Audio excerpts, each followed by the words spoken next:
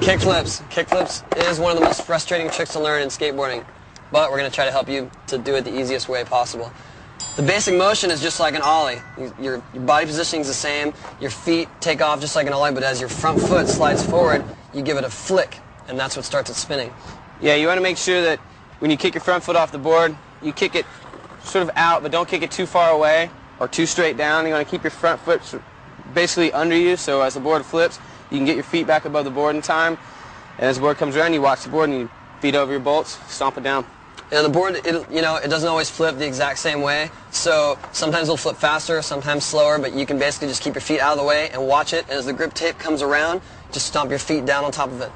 Like a good way to do, to get used to watching the board spin, so you can do it stationary, standing in the carpet or in your driveway, anywhere, is just basically pop the tail down and then smack the board with your hand and then get the flip going, so that way you can be above it and actually see what the board looks like while it's spinning, and then you can move on to flipping it with your feet. And you can definitely learn this stationary: carpet, grass. Don't get frustrated, because this is one of the hardest tricks of skateboarding. I've been skating for 16 years and I still have problems with them every day. So.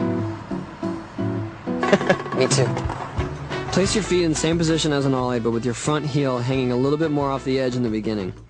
As you pop the board, you slide your front foot forward and out slightly in order to start the board flipping and to keep it level as it comes around.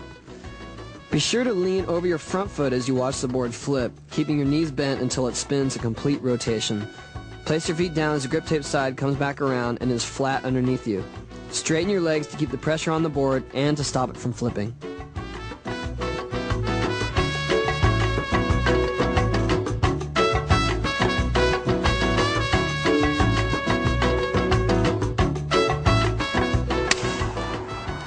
As you can see, kickflips are not the most consistent trick. We've been doing it for years and we still need practice. But that's what it's all about. It's about just always trying to improve your skills and just keep at it.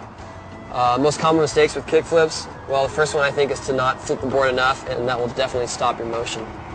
So how would you remedy that? If you're not flipping enough, then you can just give it a little bit harder flick. And if you're flipping it too much, then maybe a little less flick. Just watch it come around, and make sure you time your feet, the straightening of your legs as your grip tape comes around, and really just make sure it's flat on your feet. And it's catching it. Catching it is what you can always work on. You can catch it higher and higher and higher. Another common mistake is not leaning far enough forward, so you're flipping but your front foot's always landing on the ground, and that's just more about a commitment and about leaning over your front shoulder and just evening your weight as you land. Another thing too is when you're learning them, a lot of times you kick straight down and your foot goes too far down or too far out, and you don't have enough time to get your foot back over your board. So to remedy that, just use more of your toe on the flick and not your whole foot or your whole leg. Just give it a little flick with your ankle. It's a more subtle movement than you think. So just keep practicing. I mean, kickflips is something you can always improve on, and it's all about your timing, and it's all about your commitment. Practice, So practice, practice.